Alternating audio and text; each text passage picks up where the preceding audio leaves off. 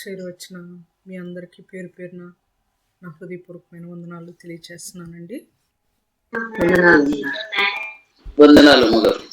వందనాలు అందరికీ వందనాలు. అందరు బాగున్నారు కదా? దేవుని మహాకృపను బట్టి మీరు అందరు బాగున్నారని నేను తలంచుచున్నానండి. నేను కూడా బాగున్నాను. వాక్య భాగంలోనికి వెళ్దాం. మనం గలతీయులకు రాసిన పత్రిక 4వ అధ్యాయము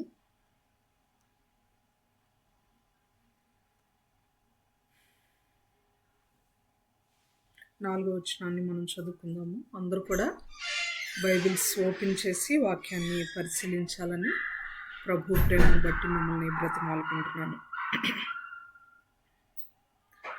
అయితే కాలము పరిపూర్ణమైనప్పుడు దేవుడు తన కుమారుని పంపెను. ఆయన స్త్రీ యందు పుట్టి మనము దత్తపుత్రులము కావాలని ధర్మశాస్త్రమునకు లోబడి ఉన్న వారిని విమోచించుటకై ధర్మశాస్త్రమునకు లోబడిన వాడాయను.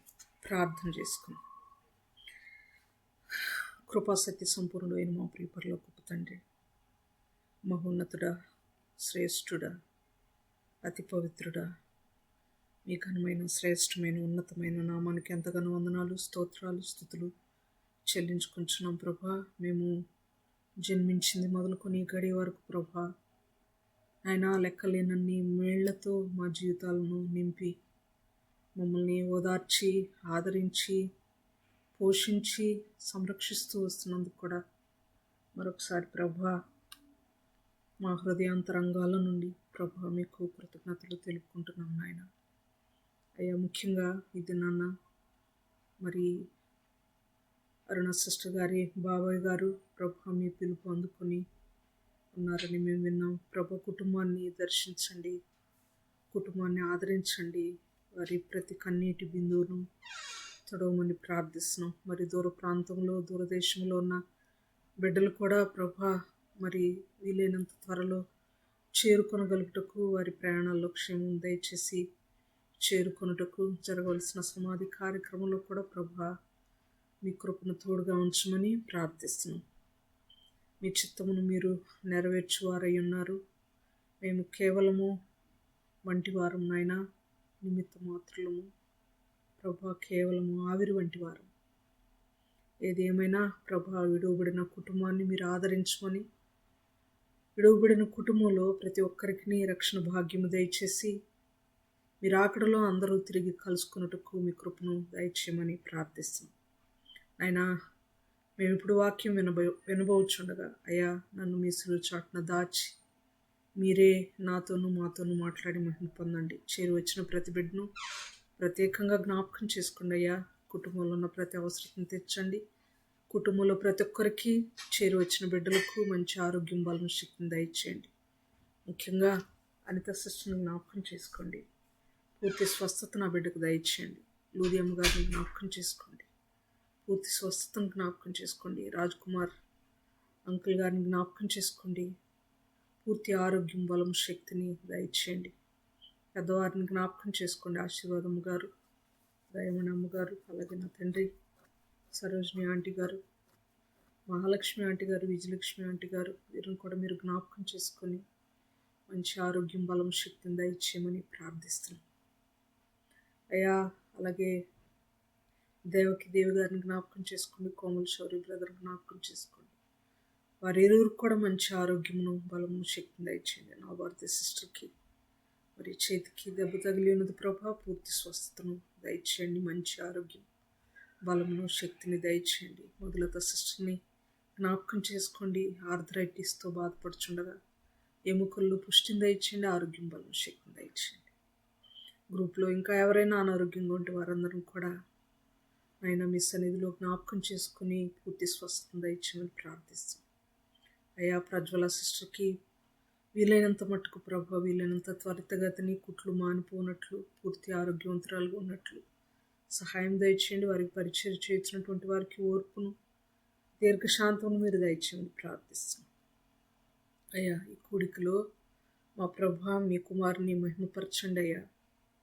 అయ్యా, మీ వాక్యం మేము వింటుండగా వాక్యము చేత మమ్మల్ని గుచ్చండి, వాక్యం చేత మమ్మల్ని సంధించండి. నైనా వాక్యమందు మమ్మల్ని స్థిరపరచండి, వాక్యంతో మమ్మల్ని బలపరచండి. మీరు ఆకడ కొరకు మమ్మల్ని ఆయుత్తపరచండి.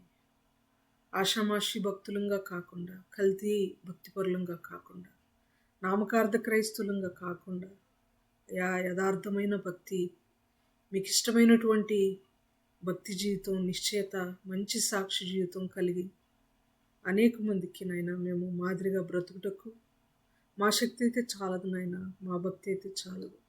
మీ కృప మాకు ఎంత అవసరం నాయన. మీ భక్తి నాయన, మీకున్నటువంటి శక్తి, మీకున్నటువంటి పవిత్రత, పరిశుద్ధత మాకు దయచేయమని, మిమ్మల్ని పోలి మేము బ్రతకడానికి మీ సహాయమును కోరుకుంటున్నాం. సహాయం చేయమని నాయన, ఈ చిన్న ప్రార్థన మీరు ఆలకించినందుకు వందనాలు చెల్లించుకుంటూ, అయ్యా మరి ఈ యొక్క కూడికకు చివరి వరకు మీరు మాకు సహాయం చేసి మహిమ పొందమని, సమస్త మహిమ ఘనత ప్రభావం మీకు చెల్లించుకుంటూ, అయ్యా ముఖ్యంగా నాయన మరి దివిజను జ్ఞాపకం చేసుకోండి. ఆ బిడ్డను కూడా పూర్తి స్వస్థతకు ప్రభావం మీరు తీసుకురమ్మని నాయన, పూర్తిగా ఆ బిడ్డను మీరు స్వస్థపరచమని ఆయన మరొకసారి ఆ బిడ్డను మీ పాదాల చెంత జ్ఞాపకం చేస్తూ స్వస్థపరచమని వేడుకుంటూ ఈ చిన్న ప్రార్థన మా ప్రభు మీ ప్రియకుమారుడైన యేసుక్రీస్తు వారి శ్రేష్టమైన నామములో మిక్కిలి వినయంతో ప్రార్థించి బ్రతిమాలి అడిగి వేడుకొంచున్నాను తండ్రి. ఆమేన్. ఆమేన్.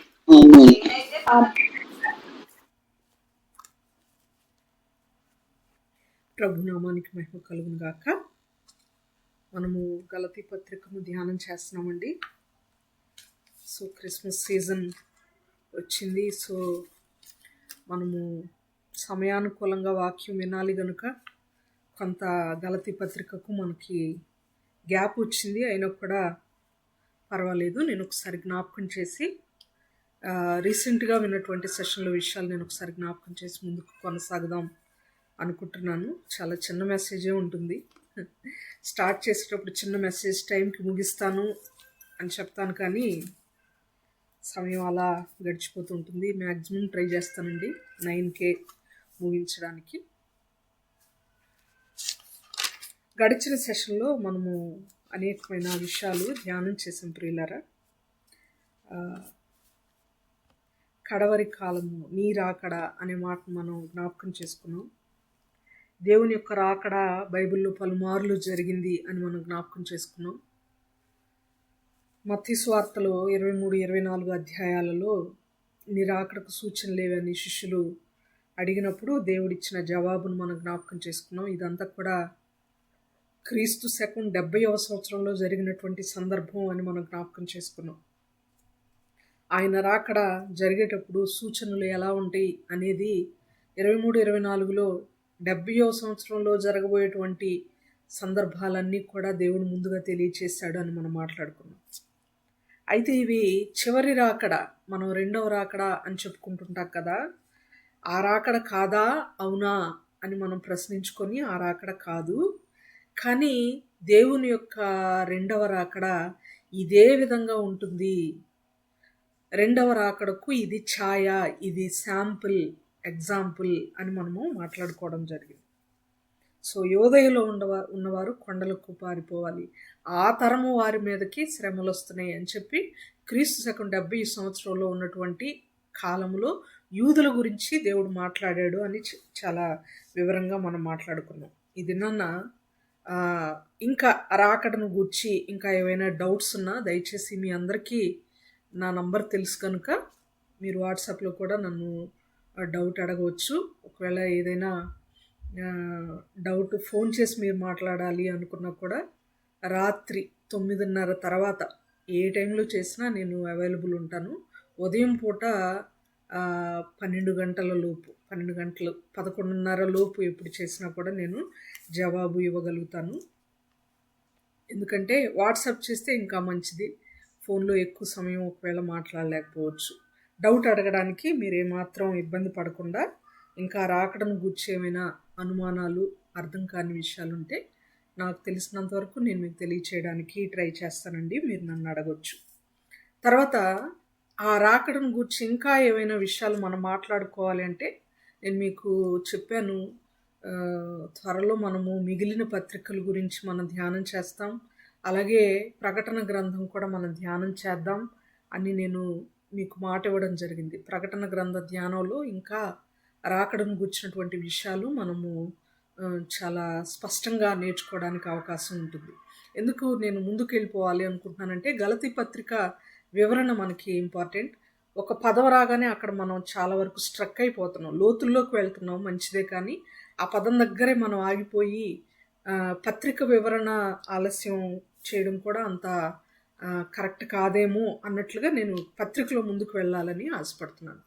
ఈరోజు కూడా గలతీ పత్రిక 4వ అధ్యాయం 4వ వచనంలో మనం చదువుకున్నటువంటి అంశాన్ని చాలా లోతుగానే మనం ఆలోచించేద్దాం ప్రియులారా. ఎందుకంటే మనం ఎంత లోతుల్లోకి వెళ్ళినా గలతీ పత్రిక ధ్యానంలో మనం ఉన్నాము అనేది మాత్రం మనం గుర్తుపెట్టుకోవాలి. ఇక్కడ గలతీ పత్రిక 4వ అధ్యాయంలో 4వ వచనంలో పౌలు గారు మనకి తెలియచేస్తూ ఉన్నారు. మనకి ఇన్ ద సెన్స్ గలతీ సంఘంతో ఆయన మాట్లాడుతూ తెలియచేస్తున్నటువంటి అంశాలు అక్కడ కనబడుతున్నాయి. ఏమంటున్నారంటే, గలతీ 4:4లో టైంకి దేవుడు వచ్చాడు, కాలం పరిపూర్ణమైనప్పుడు దేవుడు తన కుమారుని పంపాడు. దేవుడు అంటే ఇక్కడ తండ్రి అయిన దేవుడు అని మనం ఎరుగుదుము. కుమారుని పంపాడు, ఆయన స్త్రీ యందు పుట్టి మనము దత్తపుత్రులము కావాలని ధర్మశాస్త్రమునకు లోబడి ఉన్న వారిని విమోచించుటకై ధర్మశాస్త్రమునకు లోబడ్డాడు అని గలతీ పత్రికలో పౌలు గారు గలతీ సంఘానికి తెలియజేస్తున్నారు. ఇక్కడ ఈరోజు మనం ఆలోచించబోయేటువంటి మాట ఏంటంటే, కాలము పరిపూర్ణమైనప్పుడు అనేది ఆలోచించాం, క్లియర్గా మనకు అర్థమైపోయింది. దేవుడు తన కుమారుని పంపాడు, అది కూడా మనకు అర్థమైంది.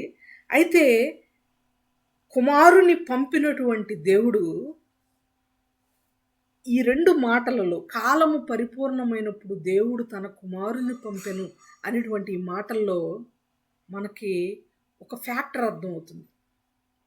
ఒక ఫ్యాక్టర్, ఒక అంశం, ఒక విషయం మనకు అర్థమవుతుంది. ఏంటది అంటే, కుమారుని పంపడానికి కూడా దేవుడు ఒక టైం పెట్టుకున్నాడు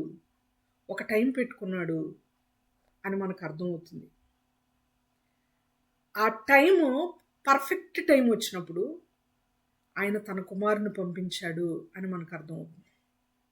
ఎప్పుడు పడితే అప్పుడు పంపలేదు, ఏ టైంలో పడితే ఆ టైంలో పంపలేదు. కరెక్ట్గా దేవుడు నిర్ణయించినటువంటి టైంకి కుమారుని పంపించాడు. అదే క్రిస్మస్. దేవుని కుమారుడు ఈ లోకానికి రావడమే, ఈ లోకంలోనికి అడుగు పెట్టడమే క్రిస్మస్. ఒక శాస్త్రవేత్త చంద్రమండలం మీదకి అడుగుపెట్టిన తర్వాత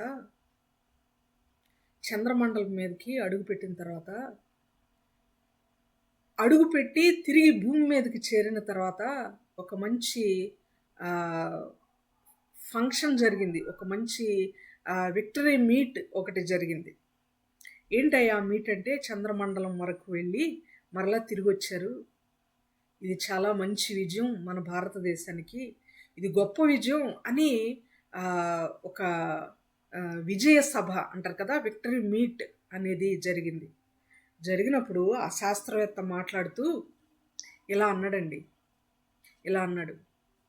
ఏమన్నాడంటే, చంద్రమండలం మీదకి మానవుడు అడుగు పెట్టడం పెద్ద విజయం ఏం కాదు, కానీ భూమి మీదకి దేవుడు అడుగు పెట్టడం అనేది ఇంకా దానికంటే చాలా పెద్ద విషయం. అది యేసుప్రభుతో సాధ్యమైంది.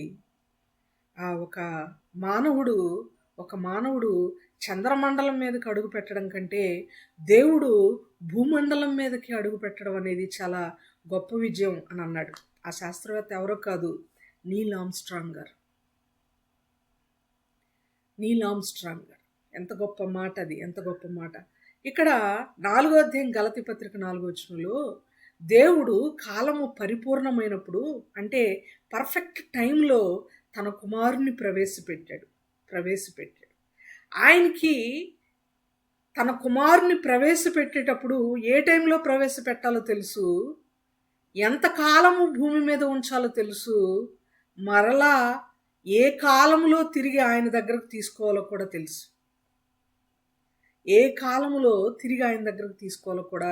తెలుసు. ఇంజనీరింగ్లో ఇంకా చెప్పాలంటే, ఫస్ట్ ఇయర్లో ఫిజిక్స్లో, ఫస్ట్ ఇయర్ ఫిజిక్స్ అనే కాదండి, ఇంటర్మీడియట్లో కూడా ఉంటుంది సేమ్ ఫార్ములా. ఫిజిక్స్లో 10th తర్వాత inter first year, second year engineering, లేకపోతే బీఎస్సీ చదివేటప్పుడు ఫిజిక్స్ వచ్చిన ఇలాంటి BSc physics, BSc chemistry, maths ఇవి ఉంటాయి కదా.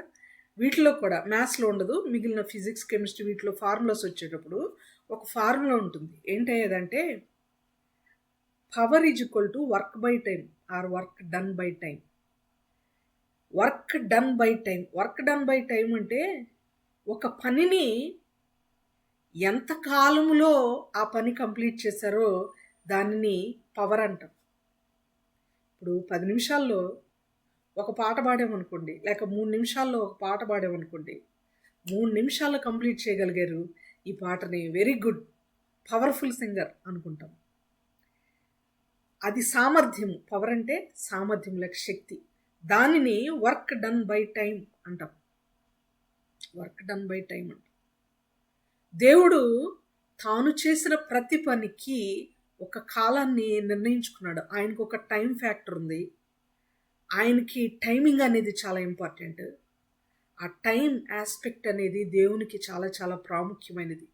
మొదటి పుస్తకమైన పాత నిబంధనలో ఆదికాండంలోనే మొదటి అధ్యాయంలోనే మనం అనేక మార్లు చదువుకున్నటువంటి సందర్భం ఏంటంటే, మొదటి రోజు నేను ఇది చేయాలి, రెండవ రోజు నేను ఇది చేయాలి, ఇది ఫినిష్ చేసేసేయాలి, మూడవ రోజు నేను ఇది చేయాలి, 4, 5, 6 ఈ 6 రోజుల్లో నేను ఈ పనులు చేయాలని ఆయన ఒక ప్లాన్, టైం ప్లానింగ్ అంటాం దాన్ని. ఆ కాలమును ఆయన చాలా జాగ్రత్తగా ప్లాన్ చేసుకున్నాడు సృష్టిని చేసేటప్పుడే. 6 రోజులు పని చేసిన తర్వాత ఆయన 7వ దినాన విశ్రాంతి తీసుకున్నాడు, విశ్రమించాడు. ఎందుకు? 7వ రోజు కూడా చేయొచ్చు ఆయన చెయ్యాలనుకుంటే. మనమైతే అట్లాగే చేస్తాం. ఒక సామెత ఉందండి తెలుగులో.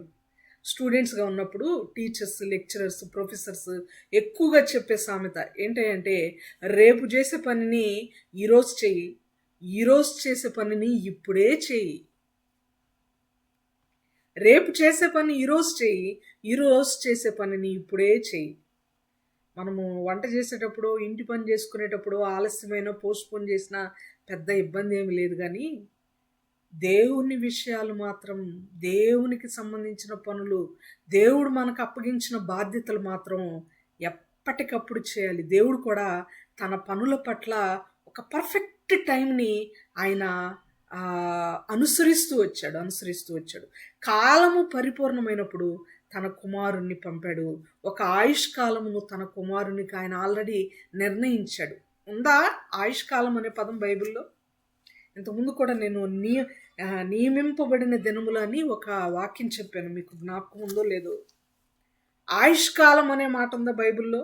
లేకపోతే ఈ పదం ఎక్కడైనా వేరే చోట్ల మనం విన్నదంటారా?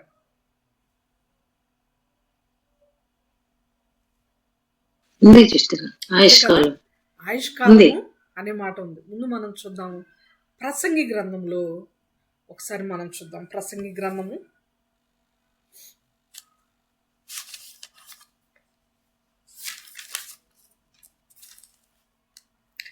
5వ అధ్యాయము 8వ 18వ వచనం. ప్రసంగి గ్రంథము 5వ అధ్యాయము 18వ వచనం తీస్తే చదివేసేయండి అమ్మా.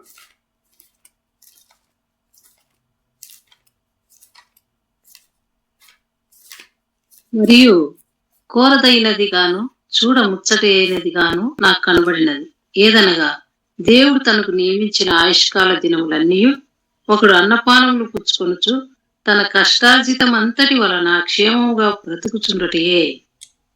ఇది వానికి భాగ్యం. గమనిస్తే మనకు ఆ పదం ఉందా లేదా అనే ప్రూఫ్ కోసం చదివించారంతే. తనకు నియమించబడిన ఆయుష్కాల దినములన్నీ ఒకడు అని ఉంటుంది. ఒకడు అంటే మానవుడు, స్త్రీ గాని పురుషుడు గాని. తనకు నియమించిన ఆయుష్కాల దినములు, ఆయుష్కాలాన్ని దేవుడు ఆల్రెడీ నియమించేశాడు. గివెత్ అని ఉంటుంది ఇంగ్లీష్ బైబిల్. ఆర్ డిసైడెడ్, నియమింపబడిని, డిక్లేర్ చేయబడిని కాలము, మానవునికి ఇవ్వబడినటువంటి కాలము డిక్లేర్ చేయబడింది. తండ్రి అయిన దేవుడు కూడా యేసుక్రీస్తును ఈ లోకమునకు పంపించేటప్పుడు ఆయనకి ఇచ్చిన కాలాన్ని ఆల్రెడీ 33.5 years అని డిక్లేర్ చేసి పంపించాడు. ఈ ఆయుష్కాలాన్ని జ్ఞాని అయిన ప్రసంగి ఆయుష్కాలము లేక నియమింపబడిన ఆయుష్కాల దినములు అని అన్నాడు. వీరి తండ్రి గారు ఏమన్నారో చూద్దాం. ప్రసంగి గారి తండ్రి గారు ఎవరు?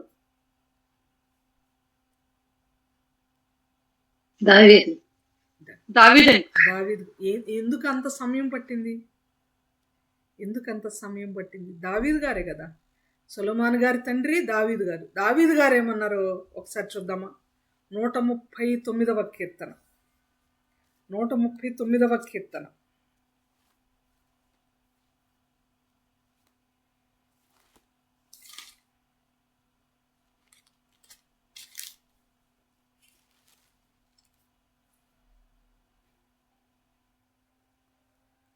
16వ వచనం చదువుదామా. 139వ కీర్తన 16వ వచనం. నేను పిండమునై ఉండగా నీ కన్నులు నన్ను చూచెను, నియమింపబడిన దినములలో ఒకటైనా కాక మునుపే నా దినములన్నీయు నీ గ్రంథములో లిఖితములాయను. ఫుట్ నోట్లో ఏమిచ్చాడు చూడండి. లేక ఒకటైనా కాక మునుపే నా అవయవములు దినదినము నిరూపింపబడుచుండగా అవన్నీ నీ గ్రంథములో లిఖితములాయను. ఇక్కడ 2 పదాలు వాడాడు దావీదు గారు. నియమింపబడిన దినములలో, నా దినములని, మనకు నియమింపబడిన దినాలనే మన దినములు అని బైబిల్ సెలవిస్తుంది. ప్రసంగి గారు ఆయుష్కాల దినములు అంటే దావీదు గారు నియమింపబడిన దినములు అన్నాడు. ఇది మానవునికి దేవుడిచ్చినటువంటి టైం లిమిట్ లేక టైం ఫ్యాక్టర్. దేవుడు టైంని ఎలా ఫాలో అవుతున్నాడో మనకు అర్థం అవడానికి మనం ఆలోచన చేస్తున్నటువంటి పాఠం. టైం ఫ్యాక్టర్, టైం చాలా చాలా ఇంపార్టెంట్. ప్రతిసారి దేవుడు టైంని చాలా పర్టికులర్గా ఆయన మెన్షన్ చేస్తూ తన పనులను కొనసాగిస్తూ ఉన్నాడు. మనకే టైం ఉండదు, పాడు ఉండదు. జనరల్గా వాడుతుంటాం కదా మనము. మనకి టైము ఉండదు, ఏమీ ఉండదు. ఏ టైంలో ఏం చేయాలో మనకు తెలియదు. కొంతమంది స్టూడెంట్స్గా ఉన్న పిల్లలు ఆడుకోవాల్సిన టైంలో చదువుతారు, చదువుకోవాల్సిన టైంలో ఆడతారు కదండి. ఎగ్జామ్స్కి ప్రిపేర్ అవ్వాల్సిన టైంలో ఫోన్లు చూస్తుంటారు, టీవీలు చూస్తుంటారు. ఏ టైంలో ఏం చేయాలో వారికి తెలియదు, అవగాహన లేదు. పెద్దలు ఏమంటారు అప్పుడు? చదవాల్సిన టైంలో చదువు. టైం ఫాలో అవ్వాలి. ఎవరైనా స్టూడెంట్ కానివ్వండి, పెద్దోళ్ళు కానివ్వండి, హౌస్ వైఫ్స్ కానివ్వండి, సేవకులు కానివ్వండి, విశ్వాసులు కానివ్వండి, ఎవరైనా మన ప్రభు దగ్గర నుండి మనం నేర్చుకోవాల్సిన అంశం ఏంటంటే we must follow the time factor. సమయాన్ని మనము ఫాలో అవ్వాలి. దేవుడు బైబిల్లో మనకి అందరికీ తెలుసు కదా, ఎందుకో వాక్యం ఈ రూట్లో వెళ్తుంది. నాకు కూడా చాలా ఆశ్చర్యంగా దేవుడు ఈ రూట్లో రప్పిస్తున్నాడు. దేవుడు భూమి మీద ఉన్నటువంటి మనుషులందరిలో కూడా నిన్న కూడా మనం జ్ఞాపకం చేసుకున్నవన్నీ. మెతుషెల గారికి అత్యధికమైనటువంటి ఆయుష్కాల దినములు ఇచ్చాడు. ఎన్ని దినాలమ్మా? మెతుషెల గారు ఎన్ని దినాలు బ్రతికారు? 969 సంవత్సరాలు బ్రతికారు. సుమారుగా అప్రాక్సిమేట్లీ 1000 years అనుకుందాం. 1000 సంవత్సరాలు ఆయుష్కాలం ఉన్నటువంటి ఆ యొక్క టైం ఫ్యాక్టర్ అనేది దేవుడు 6వ అధ్యాయంలోనికి వచ్చేసేసరికి, ఆదికాండం 6వ అధ్యాయంలోనికి వచ్చేసేసరికి మనకి టైం ఫ్యాక్టర్ని, ఆయుష్కాలాన్ని తగ్గించేసేసాడండి. ఎన్ని సంవత్సరాలకో తెలుసా? 120. వెరీ గుడ్ అమ్మ. 120 సంవత్సరాలకి. 1000 ఎక్కడ, 120 ఎక్కడ? 1000 ఎక్కడ, 120 ఎక్కడ? 5వ అధ్యాయము 27వ వచనం అనుకుంటాను, లేక 4:27 అయి ఉండొచ్చు. ఒకసారి చెక్ చేద్దాం. మెతుషెల గారు బ్రతికిన దినాలు కనపడుతుంది మనకి. 5:27 కానీ 4:27 కానీ ఆదికాండం.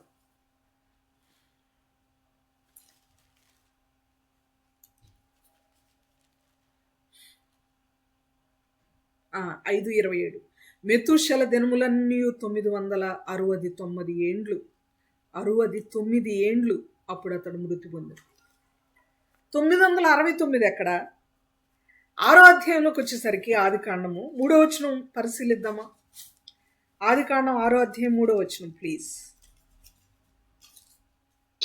అప్పుడు యెహోవా, నా ఆత్మ నరులతో ఎల్లప్పుడూ వాదించదు, వారు తమ అక్రమ విషయములో నరమాతులై ఉన్నారు, అయినను వారి దినములు 120 ఏండ్లగునని.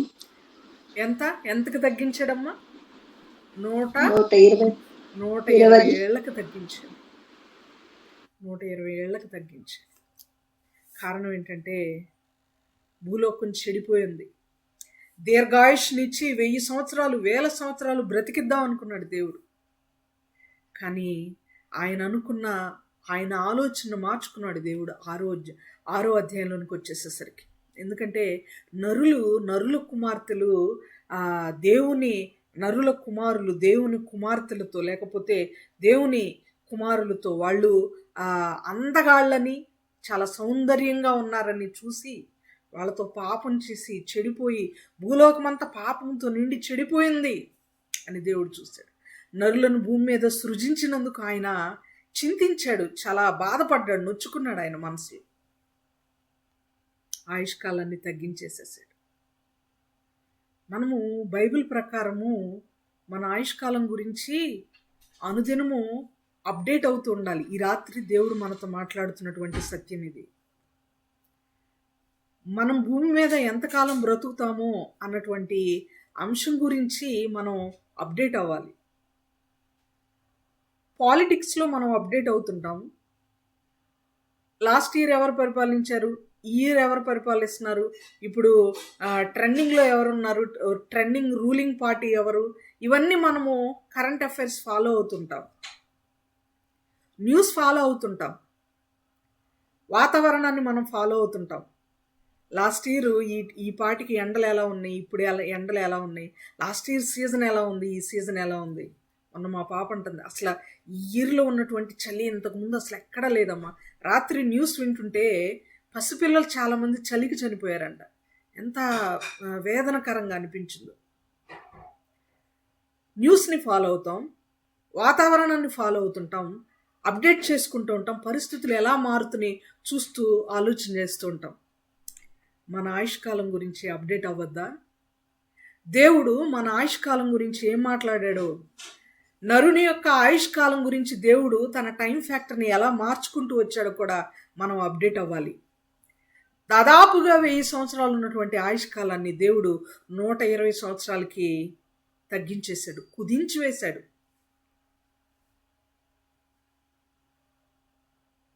ఆదికాండం 6:3 వచ్చేసేసరికి.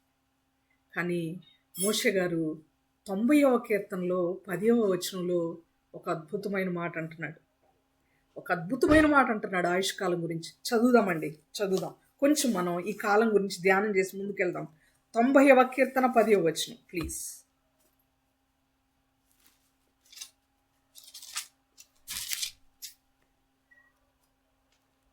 మా ఆయుష్కాలములు 70 సంవత్సరములు, అధిక బలమున్న ఎడల 80 సంవత్సరములగును. అయినను వాటి వైభవం ఆయాసమే, దుఃఖమే. అది త్వరగా గతించును, మేము ఎగిరిపోదము. చాలమ్మా. ఇక్కడ గమనిస్తే 6:3 ఆదికాండంలో ఎన్ని సంవత్సరాలను ఉందండి? ఇందాక నవభారత శిష్యు చదివారు కదా. 6:3లో ఎన్ని సంవత్సరాలు? 120. ఇక్కడ కీర్తనలో మోషే గారు రాసినటువంటి కీర్తన 90వ కీర్తన. యాక్చువల్గా మోషే గారి కాలానికి వచ్చేసేసరికి మోషే గారి కాలంలో ఆయుష్ ఎంత ఉంటుంది? 70 సంవత్సరాలు. అది కూడా అధిక బలమైతే కట్టాగా అంటున్నా కదా, చాలా హెల్దీగా ఏ ప్రాబ్లమ్స్ లేకుండా ఉంటే మరో 10 సంవత్సరాలు 80. అది కూడా దుఃఖము ఆయాసకరమే. ఒక 10 సంవత్సరాలు ఎక్స్ట్రా బ్రతికేర్లే అనుకోవడానికి ఉండదు. దుఃఖము ఆయాసకరం, ఏదో ఒకటి. దుఃఖం ఆయాసకరం బదులు బీపీ, షుగర్, ఆర్థరైటిస్, స్పాండిలైటిస్ కదా, ఎన్నో ఇబ్బందులు రెగ్యులర్గా చిన్న పిల్లలకు కూడా వస్తున్నాయి షుగర్లు, బీపీలు. 70 దాటితే పెద్ద స్పెషల్ ఏం కాదు అసలు. చిన్న పిల్లలకే షుగర్లు, బీపీలు వస్తున్నాయండి. చాలా విచిత్రమైన అనారోగ్య సమస్యలు ఎదుర్కొంటూ ఉన్నాం. నరుని యొక్క ఆయుష్కాలం అలా తగ్గిపోతూ వచ్చింది. మోషే గారి కాలానికి మరీ తక్కువైంది, 70 లేక 80. 70 లేక 80. కీర్తనకారుడే దావీదు గారే దేవుని బిడ్డలు ఎప్పుడు దావీదు గారు రాసిన మాట గురించి మాట్లాడే ముందు ఒక మాట చెప్పాలనుకుంటున్నాను.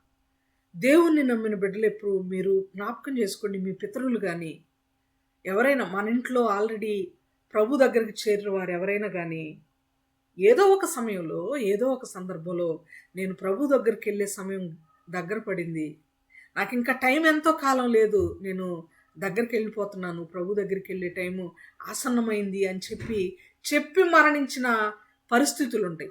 మీకున్నాయా? మీ కుటుంబంలో ఎవరైనా మీ పితరులు, తాతయ్య గారు లేకపోతే పెదనాన్నగారు వాళ్ళు, లేకపోతే మన పితరులు ఎవరైనా అలా వాళ్ళ మరణాన్ని కొద్దిగా ముందుగానే గ్రహించి ఇంకా నా టైం అయిపోతుంది అని ముందుగా మనకి చెప్పిన జ్ఞాపకాలు ఏమైనా ఉన్నాయండి మీకు? సరోజిని ఆంటీ గారు ఏమైనా ఉన్నాయా? లూది అమ్మగారు, కదా, మా అత్తగారు చనిపోయేటప్పుడు చెప్పినారు. Very good, very good. 99 ఆమెకు కళలో కనిపించిందంట. 99 లాస్ట్, అది 99 లాస్ట్ లోనే సెప్టెంబర్ లో చనిపోయినారు. ఓకే ఓకే అమ్మ, దేవునికి స్తోత్రం. ముందుగా వారికి తెలియచేయబడింది. అమ్మ లూది అమ్మ, మీరు? మా నాన్నగారు చెప్పారమ్మా. 3 రోజులు అయితే 3 రోజుల ముందు చెప్పిండు. అంటే చాలా బాగా లేకుండా మా నాన్న జాండీస్ వచ్చింది అనమాట, చెప్పేసారు అనమాట. ఇంకా నేను 3 రోజుల వరకే బతుకుతాను, 3 రోజులు లూదియమ్మ కాన్పు అయిపోతుంది, మరి ఇది ప్రసవించింది, కుమారుడు పుట్టిండని కూడా చెప్పిండంట. అంటే మా చిన్న బాబు పుట్టినప్పుడు మా నాన్న చనిపోయిండు. మా నాన్న చనిపోయిన ఒక రోజుకి మా బాబు పుట్టిన ఒక రోజుకి మా నాన్న చనిపోయిన అన్నమాట. 25కి మా నాన్న 25కి మా బాబు డెలివరీ అయింది, 28కి మా నాన్న చనిపోయిండు, నవంబర్ 28. అంటే ముందే చెప్పిన అనమాట, హృదయమ్మకు కుమారుడు పుట్టిండు, నేను చనిపోయినా, నాకు అట్లా దర్శనం వచ్చిందని చెప్పినంట మా అమ్మతోటి. దేవుని బిడ్డలకి ముందే గ్రహిస్తారు. మా నాన్న పేరు ప్రసాద్, అందుకే ప్రసాద్ కలిసి వస్తుంది ప్రశాంతి పెట్టినాం. ఓకే ఓకే అమ్మ, చాలా సంతోషం. నవభారతి సిస్టర్, మీకేమైనా అలాంటి అనుభవం జ్ఞాపకం ఉందమ్మా? పితరులు కానీ ఎవరైనా? మా పెద్దనాన్న గారు సిస్టర్ చనిపోయే ముందు నాకు ఇక సమయం ఆసన్నమైనట్టుంది, ఇక నేను కూడా వెళ్తాను, మీరంతా మరి అందరూ మీరు అప్పుడు మాకు కొంచెం ఇదిలా ఉన్నాంలేండి, గొడవలు అట్లా, అందరూ మీరే కలిసిమెలిసి ఉండాలి, మీరు పిల్లలు అన్నట్టు మా అన్నయ్యని నన్ను అందరినీ పిలిచి ఒక మాట చెప్పడం జరిగింది sister. Very good, very good. Raji sister, మీరమ్మా? మరి అంటే మా నాన్నగారు చనిపోయినప్పుడు ఉన్నానండి. అయితే మా నాన్నమ్మ తర్వాత మా అమ్మగారు చనిపోయినప్పుడు అప్పుడు లేను, నేను గల్ఫ్ లో ఉన్నాను, దుబాయ్ ప్రాంతంలో. నాన్నగారు చనిపోయినప్పుడు మాత్రం ఏమి మరి ఆయన క్రిస్టియన్ కాదండి, అన్యుడిగానే చనిపోయాడు. కానీ లాస్ట్ మూమెంట్ లో ఆయన నమ్ముకున్నట్టు అలాగా నాకు అనిపించింది. ఎందుకంటే దేవుడు నాకు అది అంటే నాకు ఆ ప్రేరేపణ ఒక సన్నివేశాన్ని జ్ఞాపకం చేశాడు. ఏంటంటే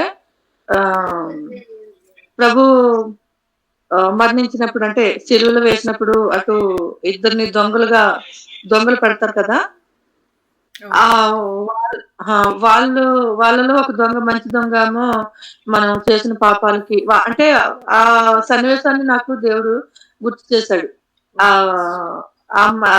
ఆ మరుసటి రోజునే రాత్రి మా ఇంటి పైకి వస్తాడు, పైకి వచ్చారు ఆయన భోజనం చేయడానికి.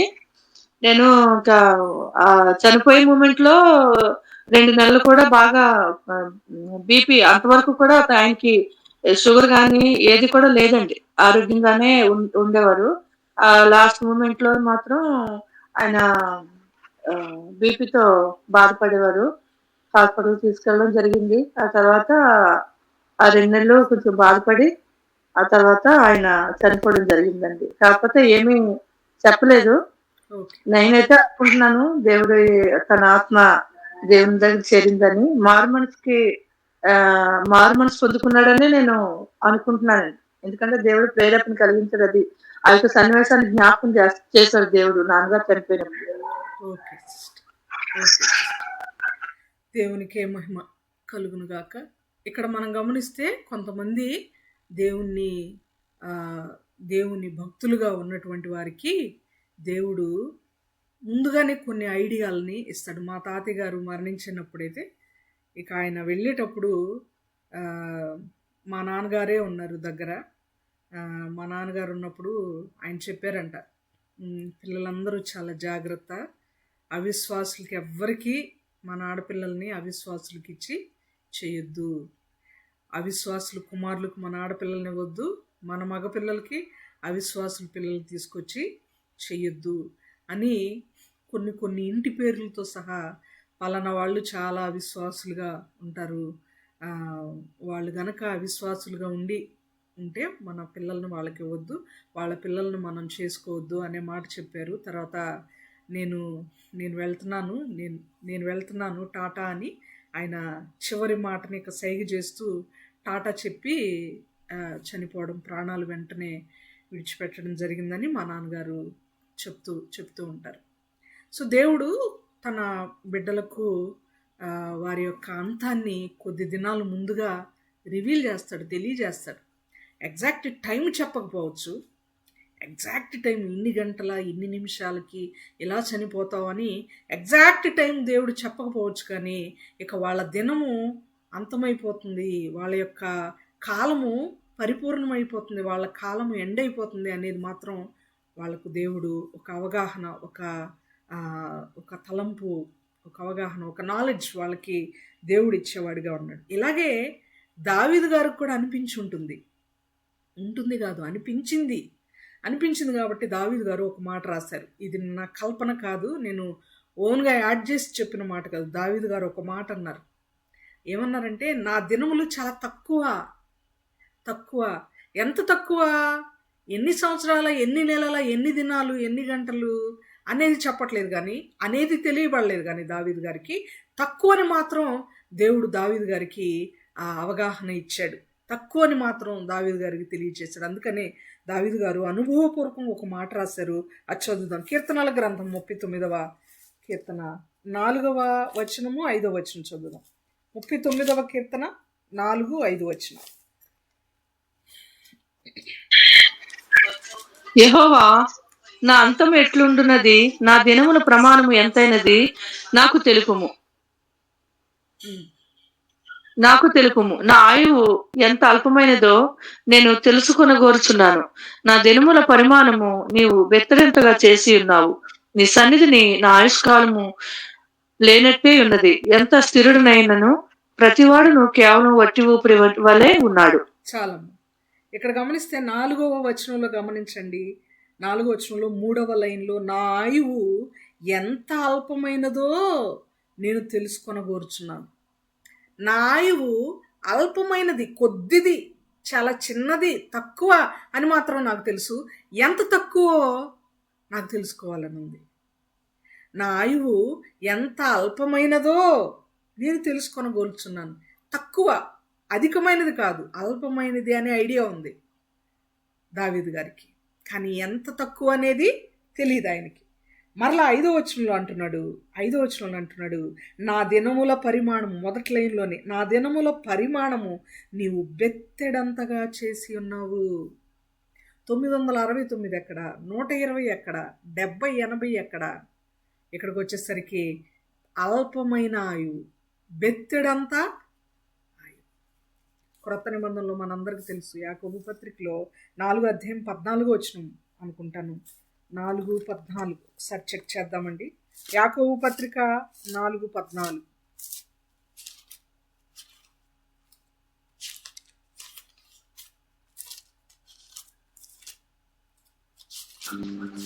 రేపేమి సంభవించునో మీకు తెలియదు, మీ జీవం మీ పాటిది, మీరు కొంతసేపు కనబడి అంతలో మాయమైపోవు ఆవిరి వంటి వారే. చాలమ్మా. ఇక్కడ గమనిస్తే బెత్తడ నుండి ఎక్కడికి వచ్చింది? మీ జీవము ఏ పాటిది, కొంతసేపు కనబడి అంతలో మాయమైపోవు ఆవిరి వంటి వారే. మరో భక్తుడు, నీటి బుడగ, యోబు గారు అనుకుంటాను, నీటి బుడగ అంటారు. ఆవిరి వంటి వారు, ఆవిరి వంటి వారు. ఇప్పుడైతే దెర్ ఈజ్ నో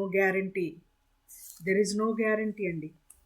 దేవుడు మానవుని యొక్క కాలమును కుదించి కుదించి కుదించి వేశాడు. ఎంత తక్కువైపోయిందంటే ఆవిరి. ఉడుకుతున్నటువంటి కుండ మీద మూత తీస్తే ఆవిరి గప్పునే వెళ్ళిపోతుంది. ఒక్కొక్కసారి వెళ్ళేది ఒక నిమిషం పాటు కూడా కనబడదు మనకి. మన యొక్క ఆయుష్కాలం యొక్క రిమోట్ దేవుని చేతిలో ఉంది. ఆయన అక్కడ ప్రెస్ చేస్తే మనం ఇక్కడ సైలెంట్ అయిపోవాల్సిందే. చాలామంది తెలియక ఏం చేస్తారంటే, నేను దీర్ఘాయుష్మంతుడిగా ఉండాలి, ఎక్కువ కాలం బ్రతకాలి, హ్యాపీగా బ్రతకాలి, ఈ భూమి మీద ఇంకా బ్రతకాలి, ఎన్ని సంవత్సరాలు బ్రతికినా ఇంకా బ్రతకాలి అని చాలా చేస్తూ ఉంటారు. మనం కూడా చేస్తాం, అఫ్ కోర్స్. ఉంటారు అని థర్డ్ పర్సన్ గురించి మాట్లాడినట్టు మాట్లాడకూడదు. మనం కూడా చేస్తుంటాం, హెల్త్కి కేర్ తీసుకుంటూ ఉంటాం కదండి. ఆకుకూరలు ఎక్కువ తింటాం, ఆయిల్ తగ్గించడం, ఆలివ్ ఆయిల్ వాడటం, ఆక్రూట్స్ తినటం, నట్స్ తినటం, డ్రై ఫ్రూట్స్ తినటం, ఫ్రూట్స్ ఎక్కువ తినటం, ఇవన్నీ మనం చేస్తుంటాం. ఒకటి గుర్తుపెట్టుకుందాం, అక్రోదులు, ఆలివ్ ఆయిల్ మన ఆయుష్ని పెంచలేవు. అవి తినటం వల్ల ఆరోగ్యంగా ఉంటాం మనం. దేవుడిచ్చిన ఆయుష్ కాలం వరకు ఉంటాం మనం, కానీ ఆరోగ్యంగా ఉంటాం ఆయుష్ కాలంలో ఇవి చేయడం వలన. మన సొంత ప్రయత్నాలు, మన సొంత కేర్ మనం తీసుకోవడం వలన దేవుడిచ్చిన ఆయుష్ కాలంలో ఆరోగ్యంగా ఏ ఇబ్బందులు లేకుండా బ్రతుకుతాం అంతే. అంతేకాని మనం ఆలివ్ ఆయిల్ వాడినంత మాత్రాన మనకు దేవుడిచ్చినటువంటి ఆయుష్ కాలం అనేది పొడిగించబడిద్ది అని అనుకోవడం అవివేకం, అది అజ్ఞానం. ఆకుకూరలు మాత్రమే తినడం వల్ల మన ఆయుష్ కాలం పొడిగించబడుతుంది అనుకోవడం అజ్ఞానం. ఆల్రెడీ మన ఆయుష్ కాలము నిర్ణయించబడింది. అందుకని దాన్ని నియమింపబడిన దినములు. ఈ మధ్యకాలంలో చాలామంది శాస్త్రవేత్తలు బయలుదేరారు. యూట్యూబ్, సోషల్ మీడియా ఇవన్నీ వచ్చిన తర్వాత చాలా ఫేమస్ అయిపోతున్నారు కదండి. మన వాక్యం తప్ప అన్ని ఫేమస్ అవుతున్నాయిలేండి. మన వాక్యం అనేక మందికి చేరడం తప్ప మిగిలిన అన్ని సందర్భాలు, సినిమా పాటలు కానివ్వండి, జోకులు కానివ్వండి, కామెడీ, ఎంటర్టైన్మెంట్, మిగిలినవి, కుకింగ్, గార్డెనింగ్, ఇంకా వేరే ఎడ్యుకేషనల్ ఛానల్స్ అన్నీ బాగా ఫేమస్ అయిపోతున్నాయి. ఒక్క వాక్యం తప్ప. క్రిస్టియన్ ఛానల్స్కి చాలా తక్కువ సబ్స్క్రైబర్స్, తక్కువ వ్యూస్, తక్కువ వాచ్ టైం కనబడుతుంటుంది, తక్కువ ఇది. ఒకవేళ ఏదైనా కనబడిందంటే వాళ్ళు మంచి సెలబ్రిటీస్, పెద్ద చర్చ్ ఉన్నవాళ్ళు, పెద్ద పలుకుబడి ఉన్నవాళ్ళు అయి ఉండాలి, చాలా పెద్ద పేరు ప్రఖ్యాతులు అయ్యి ఉన్నవాళ్ళు అయి ఉండాలి. ఓకే, దాని గురించి కాదు మన అంశం. ఇక్కడ ఈ ఛానల్స్ వచ్చిన తర్వాత కొంతమంది శాస్త్రజ్ఞులు కూడా బయటకు వచ్చి కొన్ని విషయాలు మాట్లాడుతున్నారు. ఒక శాస్త్రజ్ఞుడు, మీరు కూడా సెర్చ్ చేసుకోండి, నేను చెప్పే మాట మీరు చెక్ చేసుకోవచ్చు. ఇంటర్నెట్లో కానీ యూట్యూబ్లో కానీ మీరు సెర్చ్ చేసుకోండి.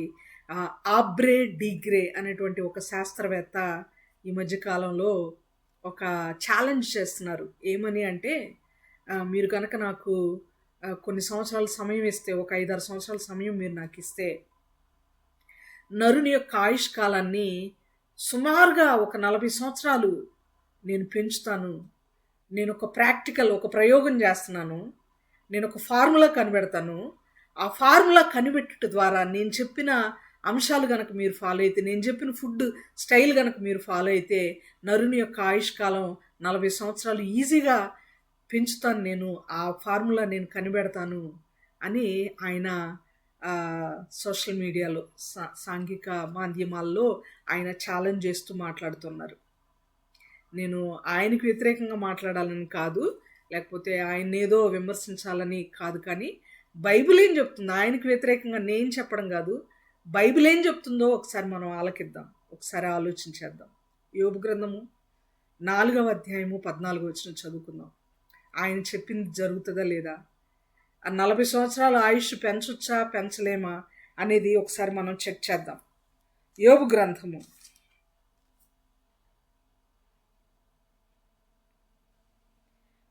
4వ అధ్యాయం అన్నాను, క్షమించండి, 14వ అధ్యాయం 1 నుండి 5 వచనాలు మీరు రాసుకోండి. ఎవరైనా రాసుకుంటుంటే కనుక ముందు మొదటి వచనం చదువుదాం. మొదటి వచనం మాత్రమే, మొదటి వచనం ఒక్కటే చదువుదాం. యోబు గ్రంథం 14వ అధ్యాయం మొదటి వచనం ప్లీజ్. స్త్రీ కనిన నరుడు కొద్ది దినముల వాడై మిక్కిలి బాధ నందును. కొద్ది దినముల వాడు ఎవరు? స్త్రీ కనిన నరుడు అంటే పురుషుడు మాత్రమే అని అనుకోకూడదు మనం. బైబిల్ ఎప్పుడు కూడా ఎక్కువ పురుషుని ఉదాహరణగా తీసుకొని చెప్తూ ఉంటుంది. పురుషుని స్థానంలో మనం కూడా ఉన్నాం, ఎందుకంటే పురుషుని ప్రక్కటెముక మనం కాబట్టి ప్రత్యేకంగా స్త్రీ అని మళ్ళీ చెప్పక్కర్లేదు. బైబిల్ యొక్క ఉద్దేశం అది.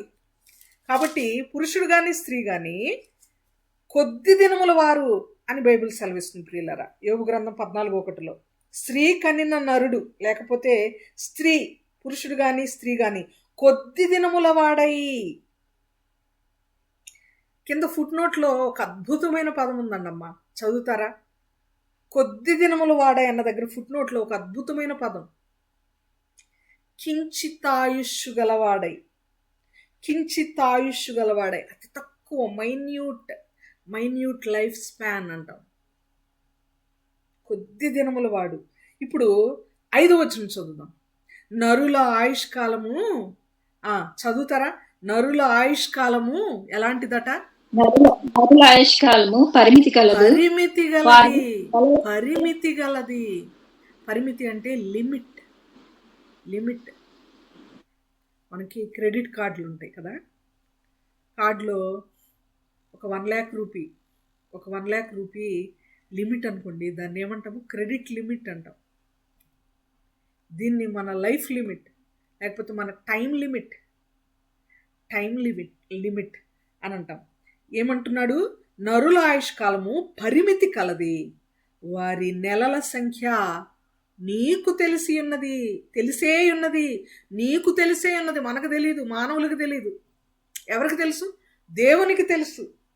నరుని ఆయుష్కాలము పరిమితి కలిగింది, అది దేవునికే తెలుసు. ఎన్ని నెలలు, ఎన్ని సంవత్సరాలు, ఎంత టైము అనేది ఆయనకే తెలుసు, మనకు తెలియదు. 6వ వచనంలో 5వ వచనం చివరి భాగం అండి ఇది. 5వ వచనం 2వ భాగంలో మించజాలని వయః పరిమాణము నీవు వారికి నియమించి ఉన్నావు. మించజాలని అంటే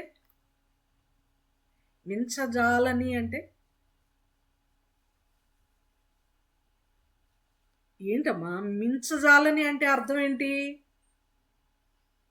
ఇప్పుడు మనకు 99 సంవత్సరాలు అనుకోండి వయసు. 99 సంవత్సరాల వయః పరిమాణం దేవుడు మనకు కలిగించి ఉన్నాడు అనుకోండి, ఆల్రెడీ నిర్ణయించి ఉన్నాడు అనుకోండి, మనకి లిఖించి ఉన్నాడు అనుకోండి. అది మించజాలదు అంటే అర్థం ఏంటి? 100 అవదు అనే కదా అర్థం. పెరగదు. మించజాలనిది అంటే పెంచజాలనిది, ఎక్సీడ్ అవ్వదు, అది ఇంక్రీజ్ అవ్వదు, అది పెరగదు. మరి ఆబ్రే డీగ్రే గారు అంతా చాలా స్ట్రాంగ్గా 40 సంవత్సరాలు పెంచేస్తానంటున్నారు. సైంటిస్టులు ఎప్పుడైనా బైబిల్ చదువుకుంటే చాలా ప్రయోగాలు ఫెయిల్ అవ్వకుండా ఉంటాయి. చాలా ధైర్యంగా ఈ మాట నేను ధైర్యం చేస్తున్నాను ఈ మాట మాట్లాడడానికి. శాస్త్రజ్ఞులు ఎవరైనా బైబిల్ చదివే వాళ్ళైతే వాళ్ళ ప్రయోగం ఫెయిల్ అవ్వడానికి ఛాన్సెస్ ఉండవు. ఎందుకంటే మనం టైం కేటాయించి ఎంతో ధనాన్ని వెచ్చించి ఒక ప్రయోగం, ఒక ప్రాక్టికల్ చేసి దాని రిజల్ట్ కోసం సమయాలు నెలలు వెయిట్ చేసి దాని రిజల్ట్ చూసుకునేసరికి నెగిటివ్ రిజల్ట్ రావడం కంటే బైబిల్ ముందే చెప్పేస్తుంది కదా. ప్రయోగం చేసి కొన్ని సంవత్సరాల టైం తీసుకొని 40 సంవత్సరాలు ఆయుష్ పెంచలేకపోయాను అని డిక్లేర్ చేయడం కంటే, వయస్సు పెంచలేకపోయానని డిక్లేర్ చేయడం కంటే ముందే డిక్లేర్ చేస్తుంది కదా బైబిల్. నరుని యొక్క వయః పరిమాణము మించజాలనిది. Nobody can increase the days of human being. నరుని యొక్క ఆయుష్కాలాన్ని ఎవ్వరు కూడా పెంచలేరండి. ఏ శాస్త్రజ్ఞులు వచ్చి నేను పెంచుతాను, నేను చెప్పింది వినండి, నేను చెప్పింది చేయండి, నేను చెప్పిన ఎక్సర్సైజ్ చేయండి అంటే, మనం బైబిల్ తెలిసిన వాళ్ళం కదా, మనం బైబిల్ చదివాం. మనం యోబు గ్రంథంలో 14వ అధ్యాయంలో 1వ వచనంలో 5వ వచనంలో దేవుడు మనకు ఆల్రెడీ కొన్ని 100 సంవత్సరాల క్రితం రాయించి ఉంచాడు. సత్యం ఇది. మించజాలని వయః పరిమాణము నీవు వారికి నియమించి ఉన్నావు. మించజాలని. ఇప్పుడు మనం గుర్తుపెట్టుకోవాలి, మనం ఫాలో అవుతున్న డైట్. చక్కగా భోజనం చేయండి అండి. హ్యాపీగా మీరు తినాలనుకున్నవి తినండి. ఆరోగ్యకరమైనవి తినండి. హ్యాపీగా తినండి. అనారోగ్యకరమైనవి తినబాకండి. దేవుడు ఫస్ట్ నుంచి మనకు అన్ని ఆరోగ్యకరమైనవి ఇచ్చాడు. ఫ్రూట్స్ ఆదామును సృష్టించక ముందే ఫ్రూట్స్ సృజించాడు. ఇప్పుడు కొత్తగా డాక్టర్లు చెప్తున్నారు daily an apple keeps doctor away అని చెప్తున్నారు కదా. డాక్టర్ దగ్గరికి వెళ్ళకుండా ఉండాలంటే రోజు ఒక యాపిల్ తింటే సరిపోయిద్ది అని. ఇప్పుడు కొత్తగా డాక్టర్లు చెప్పే కొటేషన్ కాదు ఇది. దేవుడు ఎప్పుడో నిర్ణయించి ఉంచాడు. మన ఆరోగ్యానికి ఉపయోగపడేవి దేవుడు ఆల్రెడీ మనిషిని సృష్టించక ముందే, నరుని సృష్టించక ముందే మనకి మేలుకరమైనవి దేవుడు సృష్టించి ఉన్నాడు. ఆలివ్స్ బైబిల్లో లేవా? ఒలీవ నూనె, ఒలీవ గింజలు కదా, ఒలీవ గింజలు, ద్రాక్షలు, అంజూరలు కదండి. ఎన్నో ఉపయోగకరమైనవి దేవుడు ఉంచాడు. ఉపయోగకరమైనవి హ్యాపీగా తినాలనుకున్నవి తినండి. పస్తులు ఉండాల్సిన అవసరం లేదు. చాలకుండా కడుపు నిండకుండా తిని డైట్ మెయింటైన్ చేయాల్సిన అవసరం లేదు. ఎందుకంటే అలా చేసిన మీ యొక్క లైఫ్ స్పాన్ ఏమీ ఇంక్రీజ్ అవ్వదు. అది నేను చెప్పే పాయింట్. ఆరోగ్యంగా మీరు జాగ్రత్తలు తీసుకుంటే తీసుకోండి, తప్పేం కాదు అది. కానీ కడుపు కాల్చుకొని మరీ ఆరోగ్యంగా ఉంటాము అని అనుకుంటే అది తప్పు. అది పొరపాటు అవగాహన అని చెప్తున్నాను నేను, అంతే. ప్రసంగి మొత్తం చెప్పే మాట ఒకటే, సూర్యుని క్రింద మేలైనది ఒక్కటే. అదేంటంటే నరుడు దేవుడిచ్చినటువంటి ఆహారాన్ని కడుపు నిండా తిని ఆనాటికి తృప్తిగా భోజనం చేసి ఉండడమే చాలా మేలైనది అని చెప్తాడు ప్రసంగి గారు. తర్వాత చదువుకుని ప్రసంగి గ్రంథం అంతా పలుమార్లు ఉంటుంది అన్నమాట. ఇప్పుడు అక్రోదులు, ఆలివ్ ఆయిల్, లేకపోతే మరొకటి ఇవేవి కూడా నరుని యొక్క ఆయుష్ను వన్ డే కూడా పెంచలేవు. ఏదైనా ఫిల్ చేస్తూ ఉంటాం మనము. ఒక వాటర్ బాటిల్ తీసుకొని ట్యాప్ దగ్గర, వాటర్ ఫిల్టర్ దగ్గర మనం ఆన్ చేసి వాటర్ పడుతూ ఉంటాము. బాటిల్ ఫిల్ అవగానే మనం ఏం చేస్తామండి? రాజు సిస్టర్ మీరు ఏం చేస్తారు? బాటిల్ ఫిల్ అయింది అనుకోండి, పూర్తయింది నిండడం, ఏం చేస్తారు మీరు?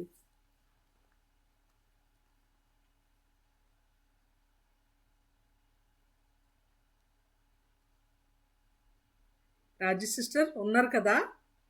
సిస్టర్ ఉన్నానండి. బాటిల్ నింపుతున్నారమ్మా మీరు. ట్యాప్ దగ్గర లేకపోతే వాటర్ ఫిల్టర్ దగ్గర బాటిల్ నింపుతున్నారు. బాటిల్ నిండిపోయింది, మీరేం చేస్తారు? ఇమీడియట్గా బాటిల్ నిండగానే బంద్ చేసేస్తారు. Very good. అంటే ట్యాప్ ఆఫ్ చేసేస్తారు, అంతే కదా? బటన్ ఆఫ్ చేసేస్తారు వాటర్ ఫిల్టర్ అయితే కనుక. ఎందుకని? అది నిండిపోయింది. ఏమైంది? నిండిపోయింది. బకెట్ నింపేటప్పుడైనా అంతే, మనం ఏదైనా ఒక క్యాన్ నింపేటప్పుడైనా అంతే, ఒక టబ్ నింపేటప్పుడైనా అంతే. నిండితే ఆగిపోవాలి. దాని పని కంప్లీట్ అయింది. దానికి నియమింపబడిన ఆ క్వాంటిటీ కంప్లీట్ అయిపోయింది. వాటర్ బాటిల్కి, బకెట్కి, టబ్కి ఉన్నటువంటి లిమిట్ అది. మనం కూడా మన కాలము నిండితే మన బటన్ ఆఫ్ చేయబడాలి. అద్భుతమైన మాట ఇస్సాకు గారి జీవితంలో. చదువుదామండి. ఇస్సాకు గారి జీవితం గురించి దేవుడు రాయించిన ఒక అద్భుతమైన మాట.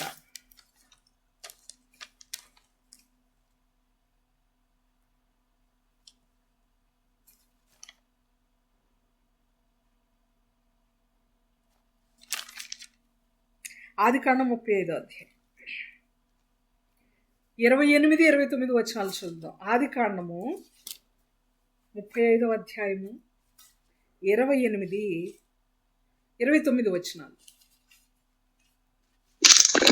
ఇస్సాకు బతికిన దినములు 108 సంవత్సరములు.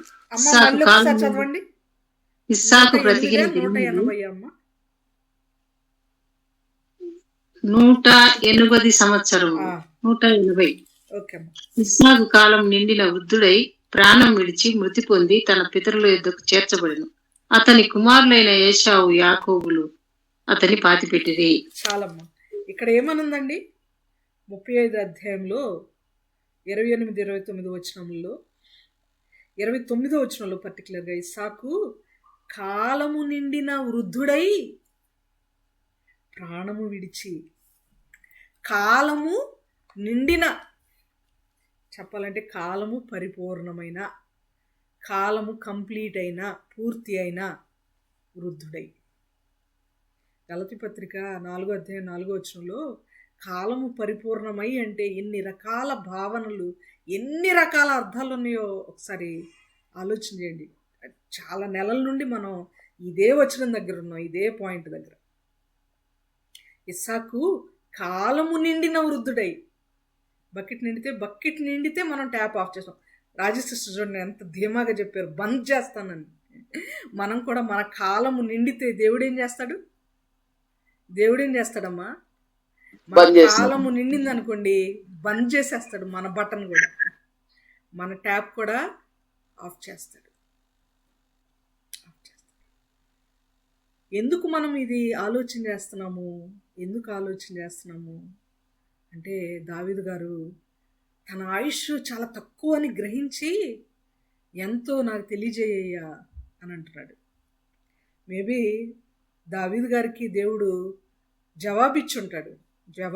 అంత వివరం మొత్తం అన్ని విషయాలు బైబిల్లో రాయబడలేదండి. రాయబడి ఉంటే జరిగిన అన్ని విషయాలు రాస్తే భూమి కూడా సరిపోదు అని చెప్పాడు దేవుడు కదా. చాలా విషయాలు రాయలేదు. బహుశా దావీదు గారు ఇష్టానుసారుడు కనుక దేవుడు తనకిచ్చే జవాబు తనకిచ్చుంటాడు. నేను అనుకుంటున్నాను బహుశా నీ టైం తెలుసుకోవడం నీ వంతు కాదు, టైము అవన్నీ కూడా దేవుని స్వాధీనంలో ఉంటాయి అని అపోస్తుల కార్యములు 1వ అధ్యాయం 7వ వచనంలో కాలములను సమయములను తండ్రి తన స్వాధీనం అందించుకొని ఉన్నాడు అనే మాటనే బహుశా దావీదు గారికి దేవుడు తెలియజేస్తుంటాడు కదండి. కాలములు సమయములు ఎవరి స్వాధీనం? మన ఆయుష్ అయినా, మనం ఎంతకాలం బ్రతుకుతామని అనే విషయమైనా మన స్వాధీనం కాదు. ఎన్ని బర్త్డే సెలబ్రేట్ చేసుకున్నాం మనము అని అంటే మనం చెప్పగలం, కానీ ఇంకెన్ని చేసుకుంటారు మీరు అంటే మనం చెప్పగలమా? ఇంకెన్ని బర్త్డేస్ సెలబ్రేట్ చేసుకుంటారండి మీరంటే మనం చెప్పగలమా? మన లిస్ట్లో, మన ఐడియాలో ఉంటుందా? మనకు తెలుసా? మన నాలెడ్జ్లో ఉంటుందా? ఇంకెన్ని ఉండదు కదా, ఉండదు. అలాగే కాలములు సమయములు తండ్రి తన స్వాధీనంలో ఉంచుకొని ఉన్నాడు. కాలానికి స్థలానికి మూలాధారము నీవే, నా హృదయానందానికి నిధివి వారధివి నీవే. కాలానికి స్థలానికి మూలాధారము నీవే. మన దేవుడు కాలానికి స్థలానికి ఆధారం. ఆయన దగ్గర ఉంటుంది ఆ లెక్క, మన దగ్గర ఉండదు.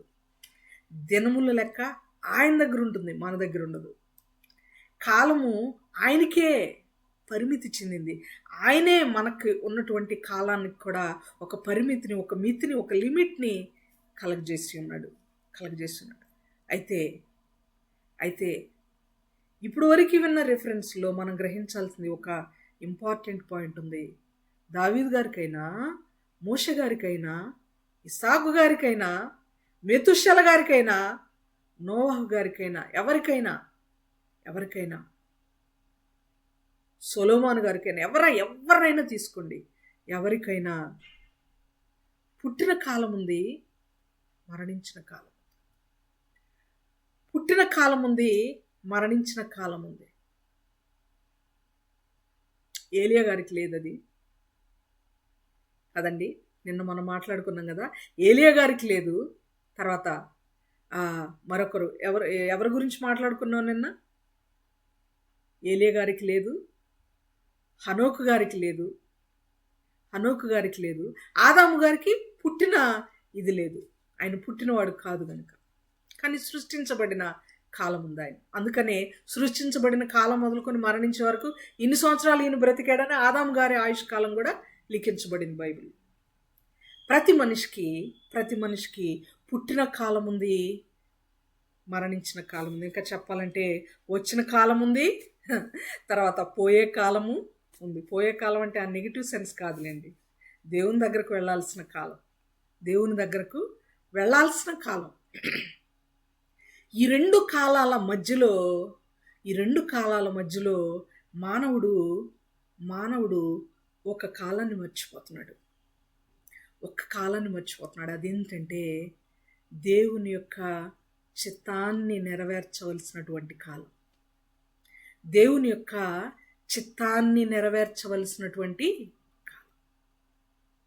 వచ్చిన కాలం ఉంది, పోయే కాలం ఉంది, వెళ్ళవలసిన కాలం ఉంది. మధ్యలో దేవుని యొక్క చిత్తాన్ని నెరవేర్చవలసిన కాలం ఒకటి ఉంది ప్రియులారా. ఒక అద్భుతమైన ఉదాహరణ మన ప్రభు అయిన యేసుక్రీస్తే.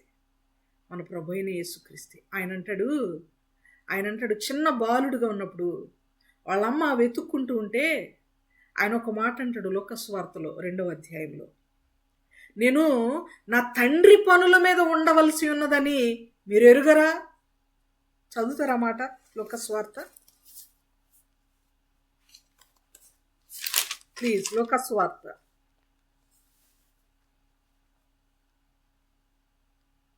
2వ అధ్యాయము 49వ వచనం. లూకాసు వార్త 2వ అధ్యాయము 49వ వచనం ప్లీజ్.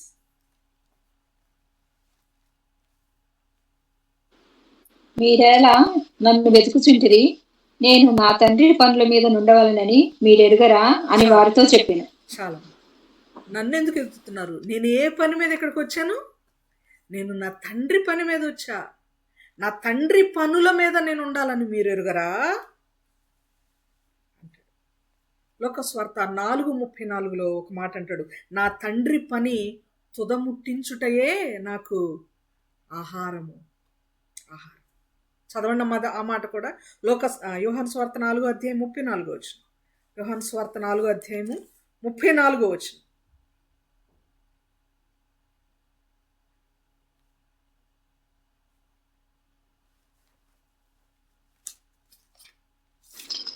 నన్ను పంపిన వాని చిత్తము నెరవేర్చుటయు ఆయన పని తుదముట్టించుటయు నాకు ఆహారమై ఉన్నది. ఆయన పని తుదముట్టించుట, ఆయన చిత్తాన్ని నెరవేర్చుట, ఆయన ఏ పని చెప్పి పంపాడో ఆ పనిని నెరవేర్చుట నాకు ఆహారం. నేనేమైనా ఆహారం తీసుకుంటున్నానంటే, నాకు ఆహారం అంటే అర్థం ఏంటంటే that is only my bread and butter.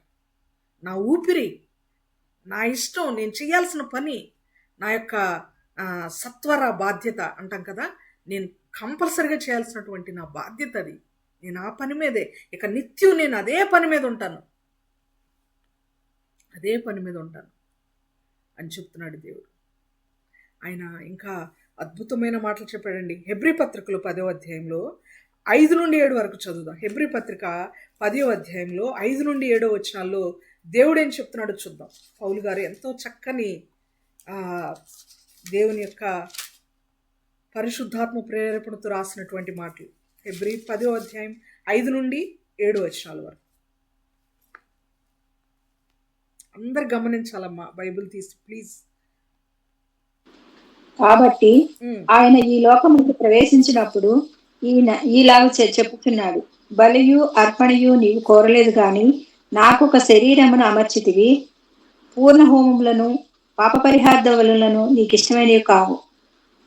అప్పుడు నేను గ్రంథపు చుట్టలో నన్ను గూర్చి వ్రాయబడిన ప్రకారము దేవా నీ చిత్తము నెరవేర్చుటకు ఇదిగో నేను వచ్చి ఉన్నానంటిని. చాలమ్మా. ఏమంటున్నాడు దేవుడు? నాకొక శరీరమును అమర్చితివి. ఎప్పుడు అమర్చాడు దేవుడు యేసు ప్రభును శరీరధారిగా, కాలము పరిపూర్ణమైనప్పుడు దేవుడు తన కుమారుని పంపాడు కదా. పంపినప్పుడు ఒక శరీరమును అమర్చి పంపాడు. గలతీ 4:4లో ఒక శరీరమును అమర్చి భూమి మీదకు పంపాడు. శరీరమును అమర్చి భూమి మీదకు పంపిన తర్వాత ఈయనేమంటున్నాడు? యేసు ప్రభు ఏమంటున్నాడు? దేవా నీ చిత్తము నెరవేర్చుటకు ఇదిగో నేను వచ్చి ఉన్నాను. నీ చిత్తము నెరవేర్చుటకు నేను వచ్చి ఉన్నాను. ఎందుకు ఈ శరీరం అమర్చావు? నీ చిత్తము నెరవేర్చడానికి. నీ చిత్తము నెరవేర్చడానికి నాకు ఒక శరీరాన్ని అమర్చి, ఒక పుట్టుక, ఒక చావు, ఒక జననము, ఒక మరణము, ఒక వచ్చే దినం, ఒక పోయే దినం కదండి. ఒక బర్త్డే, ఒక డెత్ డే నాకు నిర్ణయించు. మధ్యలో నేనేం చేయాలి? నీ చిత్తాన్ని నెరవేర్చాలి. నేను అందుకే వచ్చా ఈ లోకానికి, నేను అందుకే వచ్చా అని యేసు ప్రభు వారు అంటున్నారు. యేసు ప్రభు మాత్రమే కాదండి, మనం కూడా అందుకే వచ్చాం. ఆయన చిత్తాన్ని నెరవేర్చడానికి ఈ భూమి మీదకి మనము పంపబడ్డాం. భూమి మీదకి మనము పంపబడ్డాం. పిండముగా ఉండక మునిపే దేవుడు మనల్ని ఎరిగి ఉన్నాడు. DNA మెసేజ్ ఒకసారి మీరు వినండి, చాలా వివరంగా అన్ని రెఫరెన్స్లో మనం నేర్చుకున్నాం. DNA అనేటువంటి మెసేజ్ ఉంది మన యొక్క యూట్యూబ్ ఛానల్లో. మనము తండ్రి యొద్ద నుండి వచ్చిన వారము, మన ఆరిజిన్ అది, మన పుట్టుక, మన కేంద్రం అది. తండ్రి యొద్ద నుండి మనం వచ్చాము. మన తల్లి గర్భంలో ఉండక మునుపు తండ్రి గర్భంలో ఉన్నాం మనం. తండ్రి గర్భంలో ఉండక మునుపు తాతయ్య గర్భంలో ఉన్నాం మనం. తాతయ్య గర్భంలో ఉండక మునుపు తాతయ్య గారి తండ్రి గర్భంలో ఉన్నాం. అలా అలా అలా వెనక్కి వెళ్తే మీరు, నేను, మనము, ఇంకా అందరము కూడా ఈ లోకంలో మానవ రూపంలో ఉన్న మనందరం కూడా ఒక ఆరిజిన్ దగ్గర కలుస్తాం. అది ఆదాము అనే ఆరిజిన్ దగ్గర. కానీ ఆదాము ఎక్కడి నుంచి వచ్చాడు? ఆదాముకు తండ్రి ఎవరు? దేవుడు. సో టోటల్గా మనము దేవుని యొద్ద నుండి వచ్చిన వారము. మళ్ళా దేవుని దగ్గరికి వెళ్ళాలి. వెళ్ళేలోపు ఏం చేయాలి? తండ్రి చిత్తాన్ని నెరవేరుస్తున్నామా? ఫిలిప్పీ పత్రిక 2:4 మీలో ప్రతివాడును తన సొంత కార్యములను మాత్రమే గాక ఇతరుల కార్యములను కూడా చూడవలెను. అందరం ఏం చేస్తున్నాం? ఇతరుల పనులు చేయట్లే, మనం సొంత పనులు చేసుకుంటున్నాం. అదే ఫిలిప్పీ పత్రిక 2:21 వచ్చేసరికి మీలో ప్రతివాడును సొంత కార్యాలు, మీ పనులు మీరే చేసుకోవడం కాకుండా యేసుక్రీస్తు కార్యములను కూడా చూడవలెను. దేవుని పని చేయాలి, దేవుని పని చేయాలి. దేవుని చిత్తము నెరవేర్చడం అంటే ఆయన చెప్పిన పని చేయాలి. ఆయన మనకు అప్పగించిన బాధ్యత మనం నెరవేర్చాలి. కానీ మన ధ్యాస అంతా మనం వచ్చిన మన బర్త్డేల మీద ఉంటుంది. బర్త్డే సెలబ్రేషన్స్ ఎలా చేస్తాం తెలుసా? మనం ఎలా చేస్తాం తెలుసా? ఎవరన్నా మనకి హ్యాపీ బర్త్డే అని చెప్పారంటే మనం లోపల ఏడ్చుకోవాలి, హ్యాపీగా సంతోషించి థ్యాంక్ యూ సిస్టర్ అనటం కాదు. మనము దేవుని దగ్గరకు మరలా తిరిగి వెళ్ళడానికి మన ఆయుష్ 1 సంవత్సరం తగ్గిపోయిందని గుర్తుపెట్టుకోవాలి. మనం యాక్చువల్గా బర్త్డే అనేది డిసప్పాయింట్ అవ్వాల్సినటువంటి డే. ఏమి మననం చేసుకోవాలంటే మనం మళ్ళీ ఇంకో బర్త్డే వచ్చింది, మళ్ళీ 1 సంవత్సరం సమయం అయిపోయింది. ఏం చేశాను నేను ఈ సంవత్సరం? ఏం చేశాను? ప్రభు పని ఏం చేశాను నేను? అసలు అనుకున్నంత చేశానా? దేవుని చిత్తాన్ని నేను అనుకున్నంత నెరవేర్చానా? దేవుణ్ణి సాటిస్ఫై చేశానా? దేవుడు నా పట్ల సంతోషంగా ఉన్నాడా నా క్రియల పట్ల అని ఆలోచన చేయాలి మనం. కానీ మనం కేక్ కట్ చేయకపోతే డిసప్పాయింట్ అవుతాం, కొత్త డ్రెస్ కొనుక్కోకపోతే డిసప్పాయింట్ అవుతాం, ఫంక్షన్ చేసుకోకపోతే, పార్టీ చేసుకోకపోతే డిసప్పాయింట్ అవుతాం. అంత రివర్స్, బైబిల్కి రివర్స్గా ప్రయాణం చేస్తూ ఉంటాం మనం. తెలుసా మీకు? రివర్స్గా ప్రయాణం చేస్తూ చాలా ఆనందంగా మనం సెలబ్రేషన్స్ చేసుకుంటున్నాం అని ఫీల్ అవుతుంటాం. క్రైస్తవుని యొక్క అజ్ఞానం అది, అజ్ఞానం. దేవుడు ఏం చెప్పాడండి? ఒకని జన్మదినము కంటే ఒకని మరణదినం మేలు అన్నాడు. కానీ ఈ మాట చెప్పండి, ఎక్కడికన్నా బర్త్డే పార్టీలకి వెళ్ళి ఈ మాట చెప్తే రెండోసారి ఆ దైవజనులు మళ్ళీ పిలవరు. దైవజనులకు ఉన్నటువంటి ఏమంటారు, దౌర్భాగ్యం అన్నమాట అది. క్రైస్తవులో ఉన్నటువంటి దౌర్భాగ్యం. ఉన్నది ఉన్నట్టుగా చెప్తే ఎవరు ఆ దైవజనులు మిగిలిన వాళ్ళకి నచ్చరు. ఒకని జన్మదినం కంటే మరణదినం మేలు అనేది దైవజనుడు చెప్పే మాట కాదు, బైబిల్ చెప్పే మాట, దేవుడే స్వయంగా చెప్పే మాట, దేవుడే స్వయంగా చెప్పే మాట. గుర్తుపెట్టుకోవాలి. మన కాలము, మనము దేవుని చిత్తము నెరవేర్చకుండా ఒక 1 year అయిపోయింది అని బాధపడాల్సింది దినం బర్త్డే అంటే. ఒకవేళ దేవుని యొక్క చిత్తాన్ని నెరవేరుస్తూ బ్రతికేవనుకో, హ్యాపీగా ఉండు, నో ప్రాబ్లం. దేవుని పని, దేవుని చిత్తం ఏమి నెరవేర్చకుండా నీ చిత్తం నెరవేర్చుకుంటూ, నీ ఇష్టం నెరవేర్చుకుంటూ ఉండేది ఏం బర్త్డే అమ్మా? ఏం బర్త్డే అయ్యేది? ఏం బర్త్డే సెలబ్రేషన్ అది? దేవుడు మనకి జ్ఞాపకం చేస్తున్నాడు. నీకిచ్చిన నియమిత దినములలో, నీకిచ్చిన ఆయుష్ కాలములో దేవుని చిత్తాన్ని నెరవేరుస్తున్నావా? దేవుడు నెరవేర్చాడు కాబట్టి సిలువలో ఆయన అన్నాడు, సమాప్తమైనది. ఏంటి సమాప్తమైనది?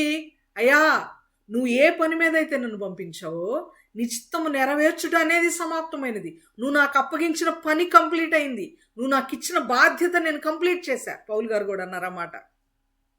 నా పరుగు తుదముట్టించి తిని. అనగలమా మనం? దేవుడు నాకు ఇచ్చిన పని నేను కంప్లీట్గా చేశా అనగలమా? నేను అనలేను. నేను చేయలేదు కంప్లీట్గా, అనలేము మనం. అనేలాగా బ్రతకాలని దేవుని యొక్క వాక్యం సెలవిస్తుంది ప్రియులారా. అనేలాగా బ్రతకాలని దేవుని యొక్క వాక్యం సెలవిస్తుంది. యోహాను సువార్త 13:3 ఆయన తండ్రి చేత పంపబడ్డాడని, తిరిగి తండ్రి వద్దకు వెళ్ళవలసి ఉన్నాడని ఆయన గ్రహించి ఉన్నాడంట, ఎరిగి ఉన్నాడు. మరలా నేను తండ్రి వద్దకు వెళ్ళవలసి ఉన్నదని ఎరిగి ఉన్నాను. మనం ఎరిగామా?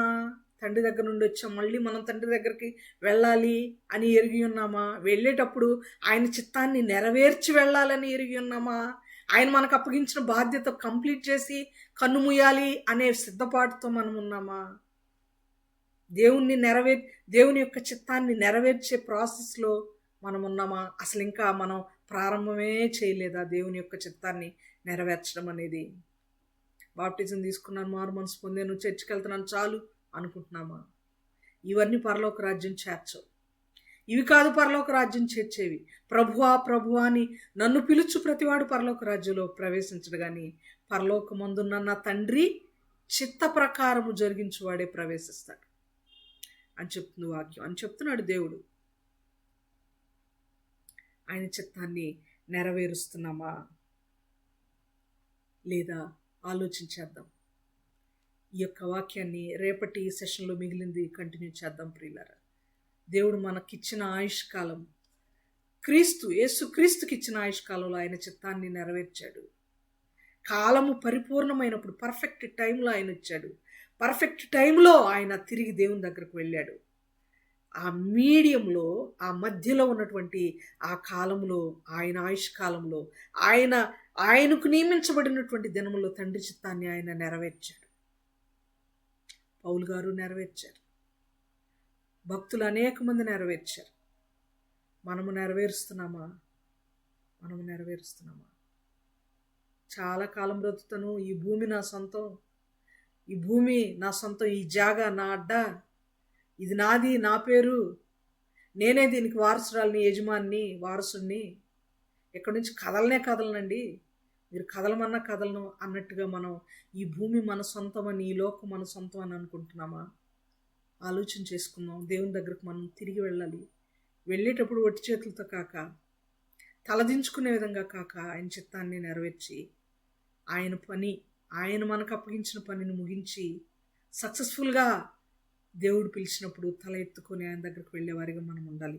అట్టి కృప దేవుడు మనకు దయచేయను గాక. ఈ కొద్ది మాటలు దేవుడు మన కొరకు దీవించి ఆశీర్వదించును గాక. మిగిలిన వాక్య భాగాన్ని ప్రభు చిత్తమై నేను సజీవుల సంఖ్యలో ఉంటే రేపటి దినాన నేర్చుకుందాం ప్రియులారా, ధ్యానం చేద్దాం. అప్పటి వరకు ప్రభు కృప మనకు తోడేండును గాక.